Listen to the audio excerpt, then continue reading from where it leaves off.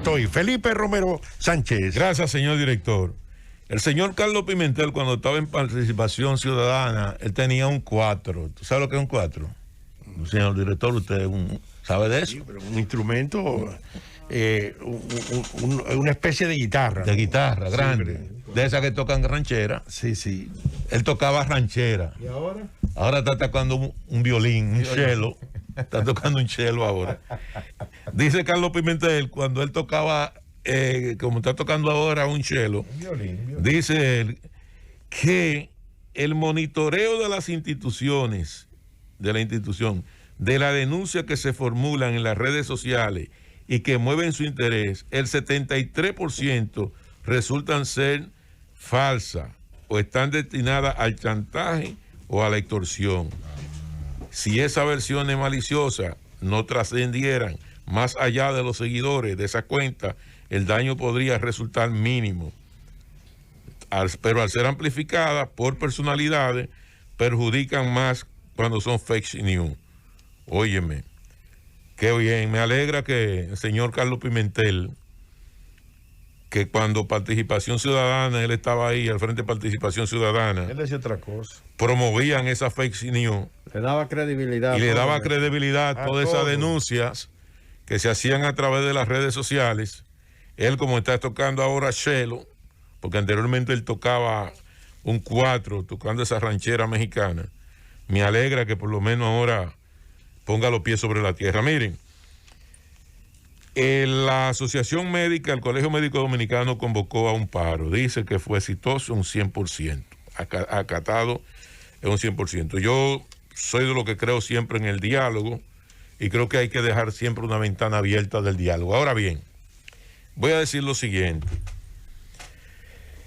Y veo que la ARS, que es la administradora de riesgo de salud, que está envuelta en el conflicto, específicamente la ARS Mafre, que es la que está envuelta en el conflicto, ha desplegado una gran campaña de opinión. Ahora los afiliados a las ARS, en una llamada Conferencia Nacional de Trabajadores de la Industria y la Asociación Dominicana de Usuarios de la Seguridad Social, además de rechazar las acciones del Colegio Médico Dominicano, dicen que van a someter al Colegio Médico Dominicano. Vivimos en democracia, tienen todo el derecho de someterlo. Ahora yo digo lo siguiente, ¿cuál es el problema que origina este conflicto? Estamos hablando de que hay una prestadora de salud que no le está pagando a los médicos, pero que resulta que esa prestadora de salud cobra a los servidores. Entonces, ¿contra quién debería de ir? ¿O contra quién deberían accionar los usuarios? Y este es un país de verdad insólito. Por eso yo ayer criticaba a Finju, que Finju, en vez de agarrar y poner la cosa en su contexto, y habla del Colegio Médico Dominicano, y habla del colegio, pero no dice cuál es la aseguradora, porque todo el mundo sabe aquí. Lo dijo Peña Gómez, perdón, lo dijo, ¿verdad? Chilo Peñavalles, una de las cumbres de la cultura hispanoamericana, que tú acabas de reproducir, ¿verdad? De manera oportuna. La República Dominicana, dijo Chilo, es un país insólito.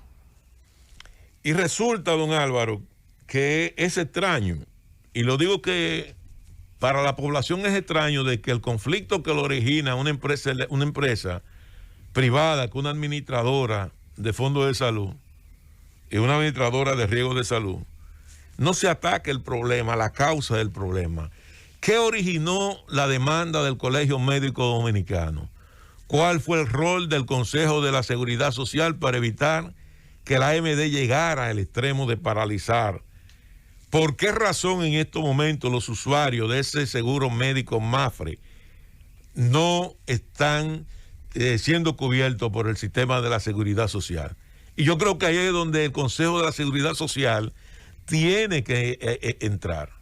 Perdóname, te interrumpa de nuevo y por última vez, Felipe Romero Sánchez, ¿verdad? Yo que he criticado lo de la huelga y he criticado al colegio médico y he criticado al eminente pediatra y uno de los líderes sindicales más importantes de la historia dominicana, Waldo Ariel Suero.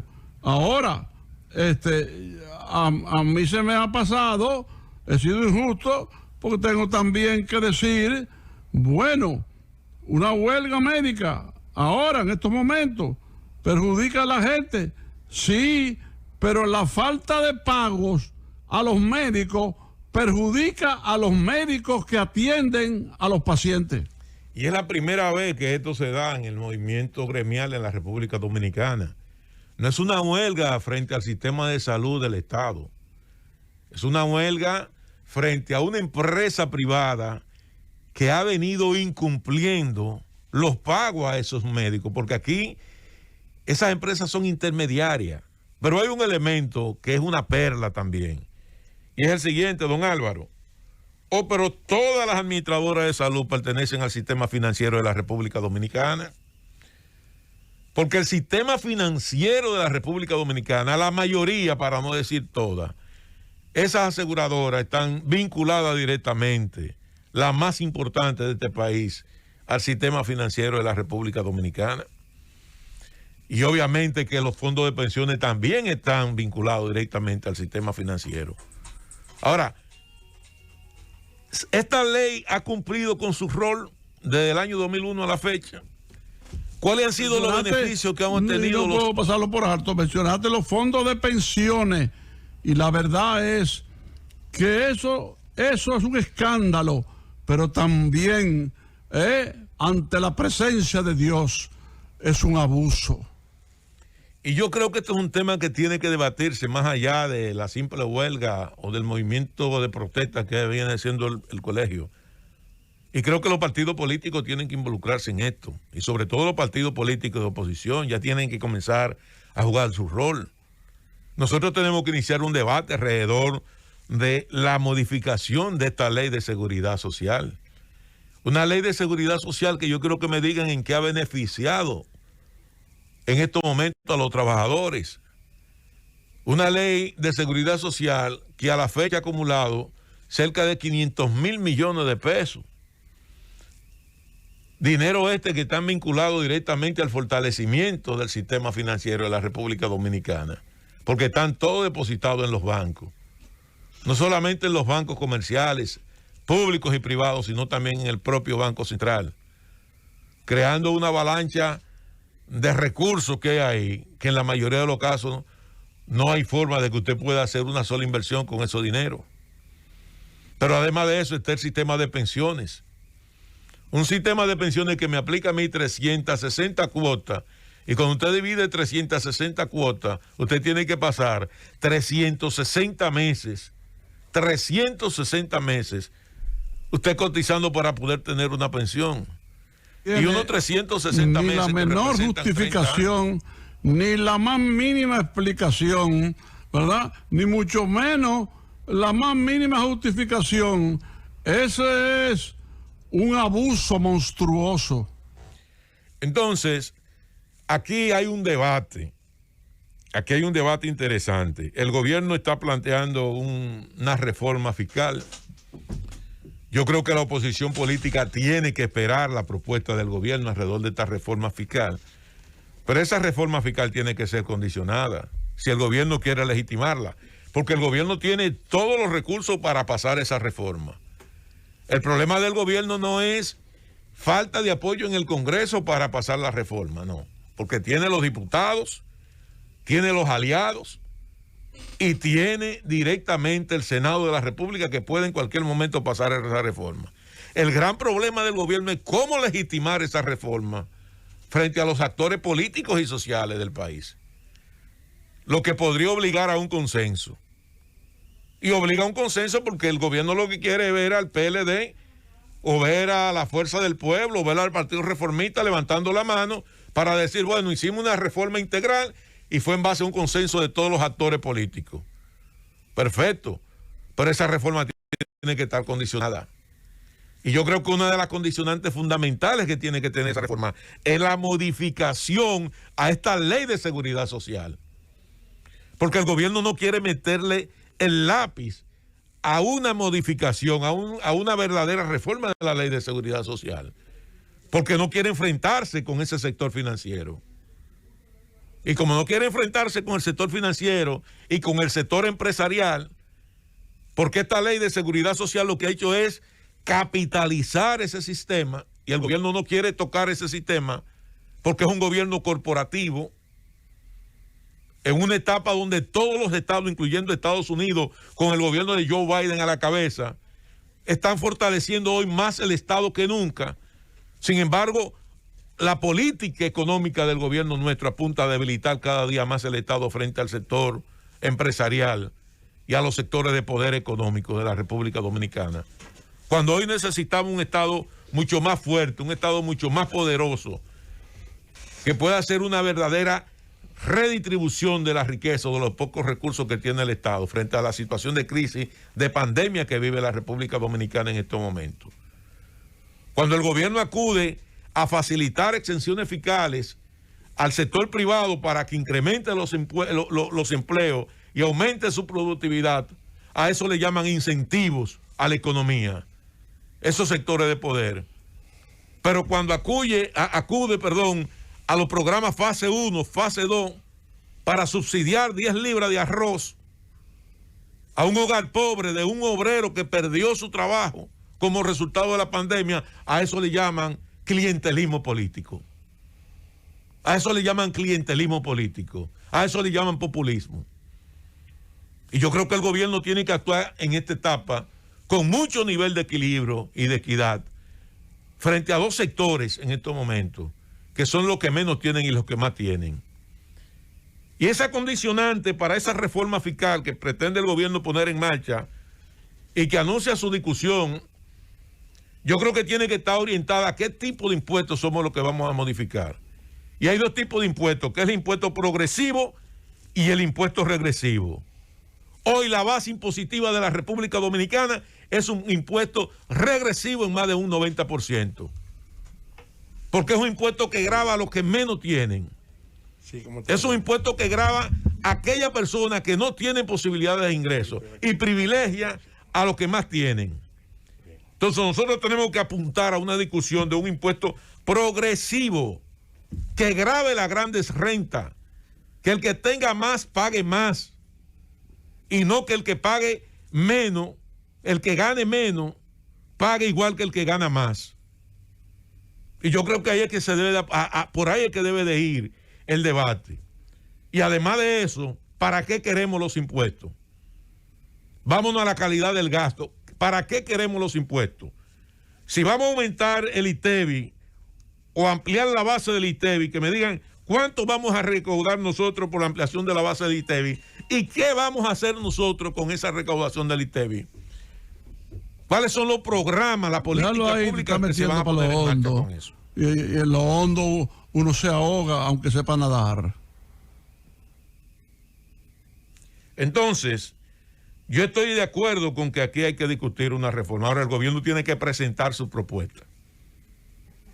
Y el PLD como partido político no puede caer ahora mismo en un debate que no conoce. En un debate que no conoce.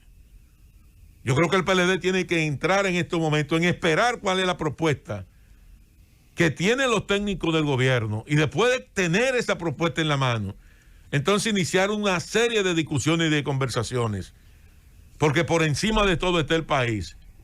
Y ciertamente que la República Dominicana hoy representa con uno de los países de más bajo nivel de presión fiscal. Pero el más bajo nivel de presión fiscal entre los sectores que más tienen. Porque ¿cómo usted puede pretender cargar más a la clase media cuando nosotros tenemos una economía informal de un 65% de gente que están en la calle trabajando con pequeños y medianos negocios que no pagan impuestos y que ganan, y un sector empresarial arriba con todos los privilegios del mundo que no paga impuestos? Porque la mayoría de esa ganancia la tienen basada en un régimen que no está como un impuesto progresivo, sino como un impuesto regresivo. Donde desde el servicio que tienen en la casa hasta el combustible que pagan y todo lo que tienen se lo cargan a los gastos empresariales. Un delivery que va y manda a comprar 4 pizzas para los nietos del empresario fulano de tal, se lo cargan a la empresa. Los vehículos que compran se lo cargan a la empresa, pero el profesional de clase media tiene que ir a un banco y agarrar y comprar y hacer un préstamo en el banco para comprar y pagar los impuestos de transferencia, pagar la placa y pagar de todo y pagar el combustible. Pero el combustible que paga un empresario no se traduce como gastos personales, sino se traduce como gastos empresariales. Y todos los días tienen más y acumulan más riqueza a costa de los que menos tienen. Entonces nosotros necesitamos un Estado fuerte y necesitamos un Estado que entienda el proceso que está viviendo la humanidad en este momento. Y veámonos en el espejo de Colombia. Veámonos en el espejo de Colombia. Cuando se intentó introducir reformas generalizadas que afectaban a todos los sectores más pobres del país. Es algo muy, muy delicado, una cosa muy violenta. Yo creo, y tú me excusas, porque tú hablas como tú consideres que debes hablar, como estás haciendo ahora un análisis que no se ha hecho nunca. Un periodista no ha hecho nunca un análisis así, ni escrito, ni oral, ni televisivo, ni nada de eso, lo que tú has hecho. Pero yo creo, mi querido Felipe, que la cita de Colombia es peligrosa. Por eso digo que veámonos en el espejo de Colombia, don Álvaro. Y cuando digo que veámonos en el espejo de Colombia y que reflejemos las medidas que tomó Colombia y cómo esas medidas se revirtieron en contra de un Estado y cómo se revirtieron en contra de un sistema. Y podemos evitar eso. Eso se puede evitar. Y para eso está el gobierno. Y para eso están los partidos políticos. Y por eso es que planteo, y el gobierno dice, ya nosotros estamos ahora en mayo, dentro de 2 meses tenemos que discutir un presupuesto para el año que viene, porque el presupuesto, de acuerdo a la Ley General de Presupuesto, tiene que estar aprobado a más tardar en octubre. Y hoy no se ha colocado todavía en la mesa de discusión el tema de la reforma fiscal.